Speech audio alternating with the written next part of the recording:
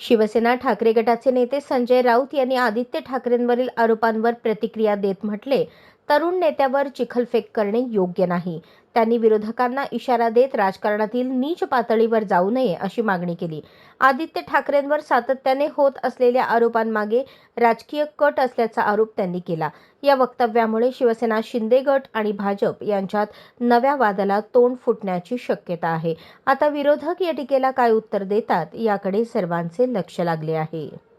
औरंगजेबाला 350-400 वर्षांनंतर कबरीतून बाहेर काढल्यावर अशा अनेक कबरी तुम्ही ज्या खोदत आहात त्या कबरीमध्ये शेवटी तुम्हाला जावं लागेल.